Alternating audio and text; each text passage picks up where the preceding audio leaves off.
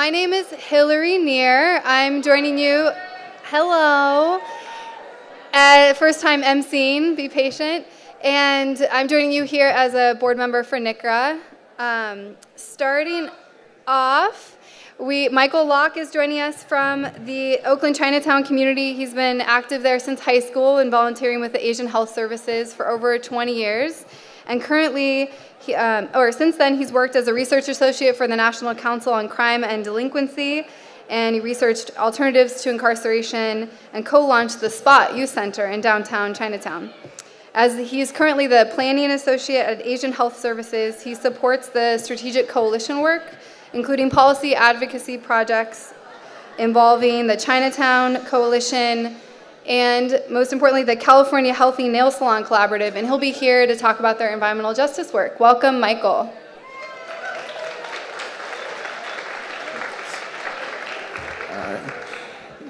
Can everyone hear me? If you hear me, clap twice. Cool. Hello, everyone. My name is Michael Locke. I am a planning associate at Asian Health Services. As Hillary said with that great introduction, one of my main projects is staffing the California Healthy Nail Salon Collaborative. I'd like to thank Hillary, Laura, and the NICR space for inviting us to be part of this. And all the presentations before were very informative. I've been taking notes. These are a lot of new topics for me, but I hope to add some great points of discussion throughout the day. So just a little bit of background. Asian Health Services has been around for 42 years.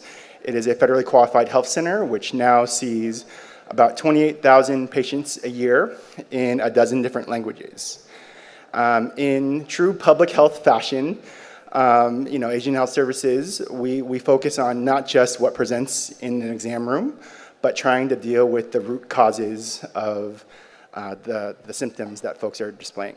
So that has ranged in my work, doing everything from looking at housing displacement to pedestrian safety, how in Chinatown, just like in a lot of downtowns, a lot of air quality things. We did an EPA black carbon air monitoring study, which showed really high amounts because Oakland Chinatown is right next to the 880 freeway. One of our main projects that I'm here to talk about is the California Healthy Nail Salon Collaborative, which AHS founded 13 years ago.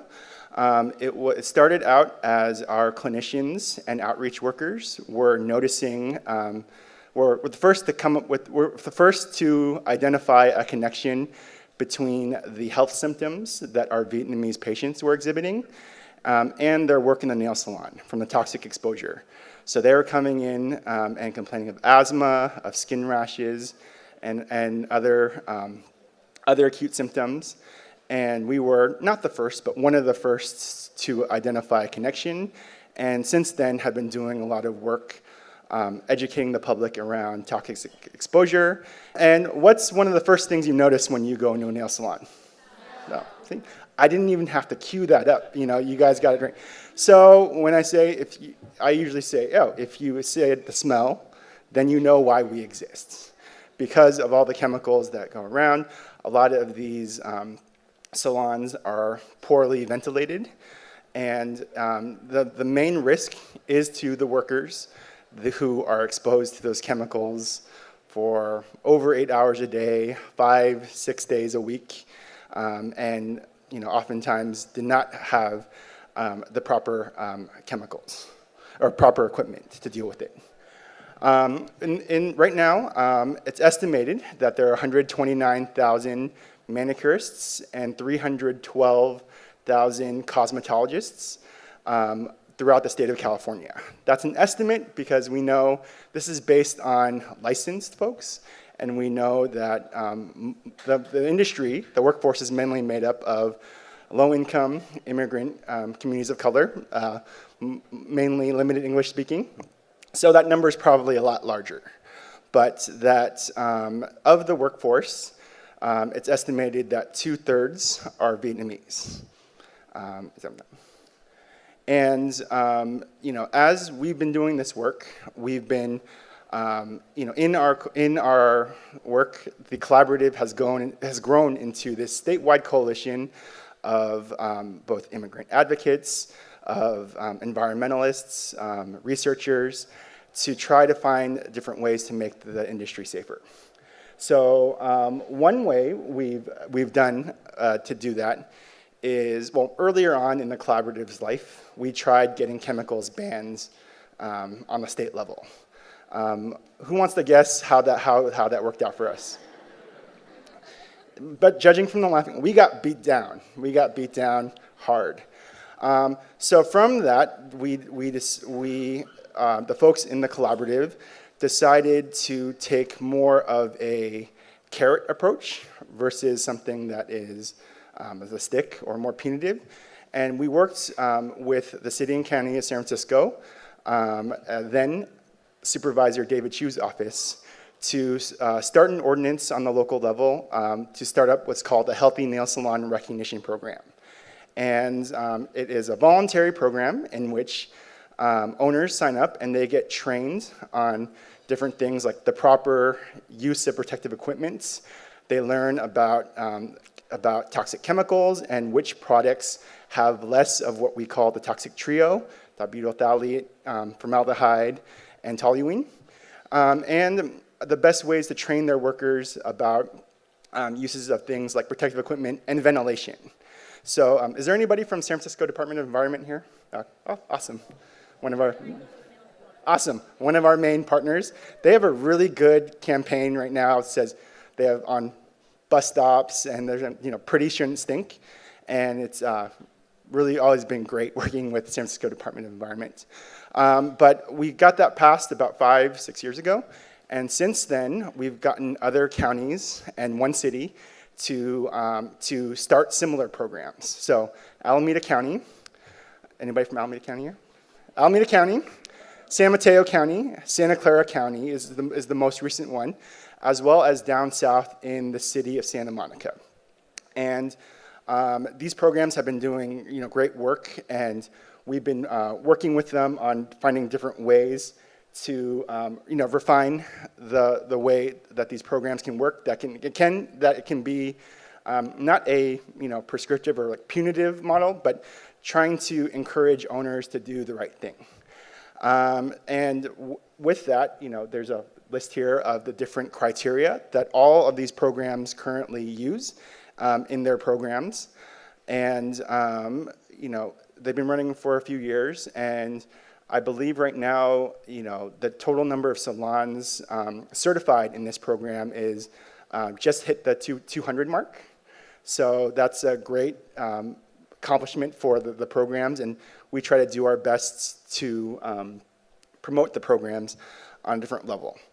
And one thing we did about a year ago is in the Bay Area, we surveyed in language. We surveyed in language about 60 healthy nail salons that had been in the program for over a year in different parts of the Bay Area, and wanted to learn about both what the challenges and opportunities had been. Many had mentioned that the costs, their costs had gone up. And, maybe they weren't providing gloves or ventilation before, and now they were, but their average costs were going up. But many had said a lot of positive impacts of being part of the program, that the air quality was better, that their workers felt healthier and happier. And because of that they felt that being part of the program led to a lot of new customers, as well as retention of customers. So this is a model that we're trying to expand throughout the state, throughout the nation. Since the great work that's been done on the county levels, 2 years ago, we got now Assembly Member David Chu to pass a law, a law. It was AB 2125, a legislation basically identifying this Healthy Nail Salon Recognition Program as a model approach to reducing volatile chemicals in the air and protecting worker health. So currently it's being implemented. The Department of Toxic Substance Control will be creating a small outreach program trying to encourage other counties to adopt similar programs. It'll still remain a voluntary program, but we believe the momentum from what we've done so far with the 200 or so salons and that adding up to hundreds and thousands of workers will help. So that's probably my best, but real quick is that we're working on a bill this year. It's AB 2775. It is a bill for the ingredient labeling for professional hair and nail cosmetics. That's something that we've been working on, and similarly, we worked with the Californians for a Healthy and Green Economy, the Change Coalition, who last year got the bill, the ingredient labeling for cleaning products passed in the state. This is our second year working on the bill, authored by Assemblymember Ash Kalra, and we're hoping that the presence of ingredient labels on bottles for professional hair and nail cosmetics could help workers, owners, consumers, everybody make more informed choices about the products that they're using. So just I'm going to scroll to some pictures. I know my time is short. I ordinarily would have had pledge cards in everybody's seat to try and get some support for what I'm doing, but recycling update, I thought it would be there.